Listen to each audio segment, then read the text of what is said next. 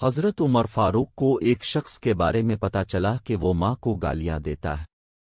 اپنے اس شخص کو بلوایا اور حکم دیا کہ پانی سے بھری ہوئی مشک لائی جائے، پھر وہ مشک اس کے پیٹ پر خوب کس کر بندھوا دی، اور اس کو کہا کہ اسے اسی مشک کے ساتھ چلنا پھرنا بھی ہے، اور کھانا پینا بھی ہے، اور سونا جاگنا بھی ہے۔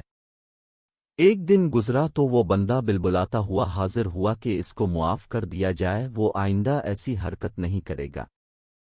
آپ نے پانی آدھا کر دیا مگر مشک بدستور اس کے پیٹ پر بندھی رہنے دی۔ مزید ایک دن کے بعد وہ بندہ ماں کو بھی سفارشی بنا کر ساتھ لے آیا کہ اس کو معاف کر دیا جائے اور اس مشک کو ہٹا دیا جائے۔ وہ 2 دن سے نہ تو سو سکا ہے اور نہ ہی ٹھیک سے کھا سکا۔ آپ نے اس کی ماں کی طرف اشارہ کر کے فرمایا کہ اس نے تجھے پیٹ کے باہر نہیں بلکہ پیٹ کے اندر اتنے ہی وزن کے ساتھ 9 ماہ اٹھا کر رکھا ہے۔